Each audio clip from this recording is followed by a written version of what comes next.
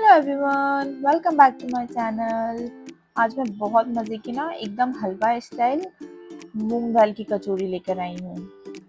ये रेसिपी आपको बहुत पसंद आने वाली है क्योंकि इस रेसिपी से आप कचौरियाँ बनाएंगे तो ये एकदम खस्ता और बहुत मज़ेदार, बिल्कुल हलवाइयों जैसी कचौरियाँ बन के तैयार होने वाली हैं।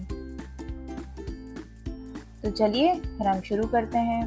तो यहाँ पर मैंने पहले 1 कटोरी मूंग की दाल ले ली थी। उसको मैंने 6 से 8 घंटा भिगा कर रखा था। ना हमें इस दाल को पीसना है, ना हमें इस दाल को बॉईल करना है, हमें सिर्फ इसको 6 से 8 घंटे के लिए भिगा के रखना है। और फिर उसके बाद हम इसे अच्छे से मसल के धो लेंगे ताकि इसके सारे एक्स्ट्रा छिलके निकल जाएं। और फिर उसके बाद हम इसे छन्नी में रख देंगे ताकि इसका पूरा पानी भी निकल जाए। अब मैंने यहाँ 1 बड़ा चम्मच सौंफ ली है और 1 बड़ा चम्मच मैंने खड़ा धनिया लिया है। उनको हमें दरदरा पीस लेना है, बिल्कुल बारीक पाउडर नहीं बनाना है, क्योंकि कचौरी खाते टाइम जब वो सौंफ और वो धनिया का टेस्ट आता है तो वो बहुत ही मज़ेदार लगता है, इसलिए हम इसको दरदरा ही रहने देंगे।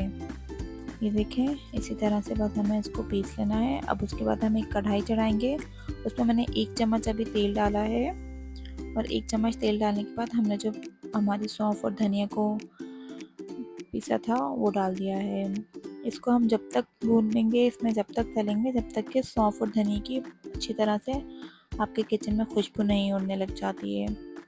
तो ये मैंने अच्छे से इनको तल लिया है। अब हम इसमें डालेंगे बेसन। तो जैसे कि मैंने 1 कटोरी दाल ली है तो हम इसमें 1.5 कटोरी बेसन डालेंगे। तो देखिए, कुछ भी मज़ेदार चीज़ खाने के लिए आपको थोड़ी सी तो मेहनत करनी ही पड़ती है। तो यहाँ पर हमें बेसन को भूनने में सबसे ज़्यादा मेहनत लगेगी। बेसन को हमें कंटिन्यू चलाते हुए भूनना है, क्योंकि अगर बेसन थोड़ा सा भी लगा तो उसका टेस्ट पूरा ख़राब हो जाएगा। तो यहाँ पर बेसन को मैंने पहले अच्छे से भून लिया है, कम से कम 10 मिनट तक। और फिर उसके बाद मैंने उसमें आधा चम्मच तेल और डाल दिया है और तेल डालने के बाद हम उसे फिर से भूनेंगे। तो हमारा बेसन कुछ इस तरह से दिखने लगेगा, लिक्विड टाइप। तो बस इसके बाद मैंने इसमें हल्दी डाल दी है, 1 चम्मच हल्दी डाली है और 1 चम्मच मैंने लाल मिर्च पाउडर डाला है और 1 ही चम्मच मैंने इसमें कश्मीरी लाल मिर्च पाउडर डाला है। अब ये सब मसाले डालने के बाद हम इसे फिर से अच्छी तरह से भूनेंगे। इसमें भुनाई सबसे ज़्यादा मेन है, सबसे ज़्यादा इम्पॉर्टेंट है इसकी भुनाई। जब तक अच्छे से भुनाई नहीं होगी तो हमारी कचौरी में मज़ा नहीं आएगा। अब एक जगह मैंने 1 कटोरी में 1/4 टीस्पून हींग ले ली है और उसमें मैंने थोड़ा सा पानी डाल दिया है। ये मिलाने के बाद हम ये जो हींग का पानी है हमारे बेसन के अंदर डाल देंगे, क्योंकि हमारा बेसन जो है वो बहुत अच्छी तरह से भुन चुका है। हींग का पानी हम बेसन अच्छे से भुनने के बाद ही डालेंगे। जब तक आपके बेसन में से खुशबू नहीं उड़ेगी आप हींग का पानी मत डालिएगा। हींग का पानी डालने के बाद हम उसको अच्छे से मिलाएंगे, 2 मिनट अच्छे से चलाएंगे उसको। जब तक चलाएंगे जब तक कि वो दानेदार नहीं हो जाता है। तो ये देखिए, हमारा बेसन अच्छे से दानेदार हो गया है। अब हम इसमें हमारी भीगी हुई दाल डाल देंगे। तो दाल डालने के बाद हम इसे अच्छी तरह से मिला लेंगे, बेसन के साथ बिल्कुल मिक्स कर लेंगे। बेसन के साथ हम उसे अच्छी तरह से मिक्स कर लेंगे तो हमारी दाल का कच्चापन भी ख़त्म हो जाएगा और वो बेसन की गर्माहट से ही पक जाएगी हमारी दाल जो है। अब इन सबको अच्छी तरह से मिलाने के बाद हम इसमें थोड़े से मसाले डाल देते हैं। तो यहाँ पर अभी तक हमने नमक नहीं डाला है, तो पहले हम नमक डालेंगे इसमें। फिर मैंने 1 चम्मच अमचूर पाउडर डाल दिया था और आधा चम्मच जीरा पाउडर डाला है मैंने। थोड़ी सी लाल मिर्च पाउडर डाली है और मैंने कसूरी मेथी को क्रश करके ऊपर से डाल दिया और इन सबको अच्छी तरह से मिला लिया है। अब इन सबको अच्छी तरह से मिलाने के बाद मैंने इसमें 1 चम्मच शक्कर डाल दी है।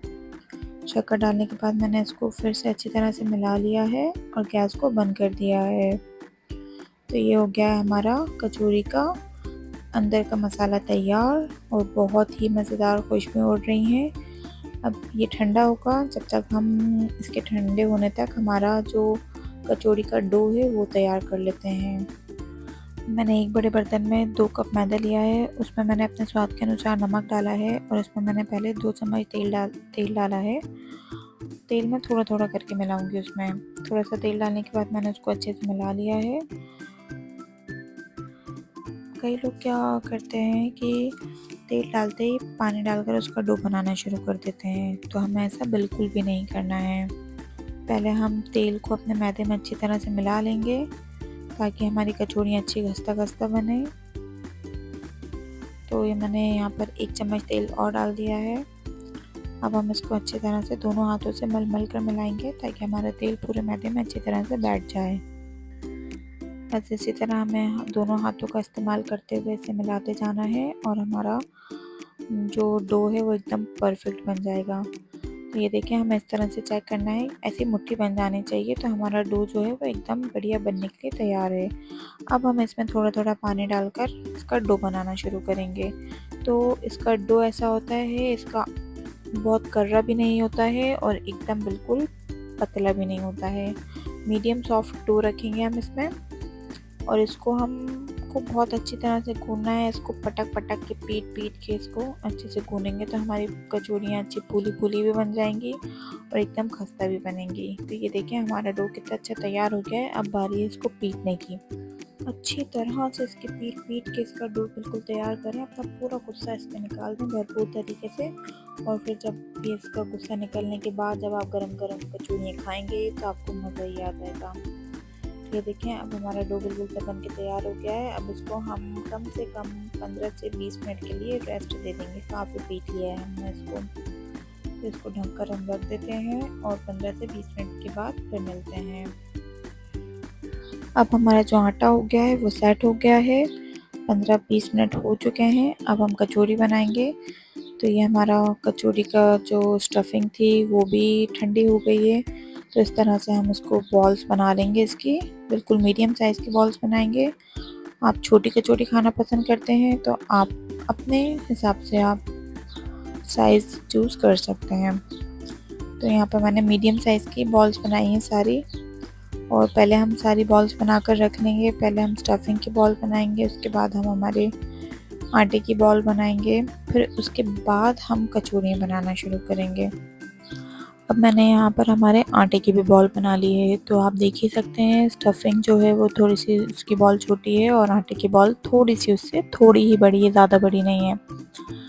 तो बस इस तरह से मैंने आटे की सारी बॉल्स बना ली हैं। पहले हम सारी बॉल्स को बना कर रखेंगे, उसके बाद हम कचौड़ी बनाना शुरू करेंगे। थोड़ा सा फ्लैट करा है और हाथ से ही दबाया, मैंने बेला नहीं है उसको। और उसके मैंने आसपास पानी लगा दिया और एक स्टफिंग हम उसके अंदर हमारी रख देंगे और उसको अच्छी तरह से हम कवर कर लेंगे। पानी मैंने इसलिए लगाया है इसमें ताकि हमारी जो कचौड़ियाँ हैं वो तेल में जाकर खुल नहीं जाएं। पानी नहीं लगाएंगे तो हमारी कचौड़ी तेल में जाकर खुल जाएंगी और अगर वो खुल गई तो वो पूरी बिखर जाएंगी और फिर आप परेशान हो जाएंगे। तो पहले मैं इसी तरह से पूरी स्टफिंग को भर के इसमें रख दूंगी, उसके बाद हम आगे की प्रोसेस करते हैं। तो यहाँ पर मैंने सारी कचौड़ियाँ भर दी हैं, फिल कर दी है मैंने। अब हमें क्या करना है कि हमें ऐसे दोनों हथौड़ियों के बीच में लेकर इसको पुश करना है। धीरे हाथ से दबाएंगे और हमें सिर्फ इसके बीच में ही दबाना है, इसके कॉर्नर को नहीं छूना है हमें। इस तरह से दबाएंगे तो हमारी कचौड़ियाँ बढ़िया एकदम फूली फूली बनेंगी और कोई दिक्कत भी नहीं आएगी। और जो हमारा मसाला रहेगा वो भी चारों तरफ अच्छे से फैल जाएगा। तो इस तरह से हमारी कचौड़ी जो है वो बन गई है। अब एक एक करके हमें सारी कचौड़ियाँ इसी तरह से बना लेनी है। और मुझे तो देखने में एकदम हलवाई जैसी कचौड़ियाँ लग रही हैं, खाने में तो एक नंबर ही होंगी ये। तो ये देखें, हमारी जो कचौड़ियाँ हैं वो बन गई हैं। अब यहाँ पर एक कढ़ाई में मैंने तेल पहले ही गर्म करके रखा था। तेल को हमें बहुत ज़्यादा तेज़ गर्म नहीं करना है। सारी कचौड़ियाँ मैंने डाल दी हैं। अब हम इनको धीमी आंच पर जब तक रखेंगे जब तक हमारी कचौड़ियाँ खुद ही ऊपर नहीं आ जाती हैं। तो ये देखें, हमारी सारी कचौड़ियाँ ऊपर आ गई हैं और मैंने अपनी जो फ्लेम है उसको मीडियम कर दिया है। हाँ, मैंने पहले लो फ्लेम पर रखेंगे कचौड़ियों को, फिर मीडियम फ्लेम पर रखेंगे और फिर जब ये दोनों तरफ से अच्छे से गोल्डन कलर आ जाएगा इसमें तो हम इसको हाई फ्लेम पर 1 मिनट के लिए फ्राई करके अपना प्यारा सा कलर लाकर इसको प्लेट में निकाल लेंगे। हमारी कचौड़ियाँ जो हैं वो बिल्कुल बनके तैयार हैं। कचौड़ियाँ तलने में आपको पेशेंस की बहुत ज़्यादा ज़रूरत पड़ेगी क्योंकि इनको तलने में थोड़ा सा टाइम ज़रूर लगता है। अगर आप जल्दबाजी करेंगे तो आपकी कचौड़ियाँ अंदर से कच्ची रह जाएंगी और आपको मज़ा नहीं आएगा। इसलिए हम उसे धीमी आंच पे हल्के हल्के तरीके से तलते हैं ताकि हमारी कचौड़ियाँ एकदम परफेक्ट बने। और हमारी कचौड़ियाँ एकदम परफेक्ट बन चुकी हैं। तो आइए हम इनको अब तोड़ कर दिखाते हैं। ये देखिए कितनी बड़ी कचौड़ी फूली है और ये कितनी बढ़िया खस्ता कचौड़ी बन के तैयार हुई है। इनको एक बार ट्राई ज़रूर करिएगा। और मुझे कमेंट में ज़रूर बताइएगा कि कैसी लगी। मिलती हूँ अगली वीडियो में, जब तक के लिए अल्लाह हाफ़िज़ and don't forget to subscribe.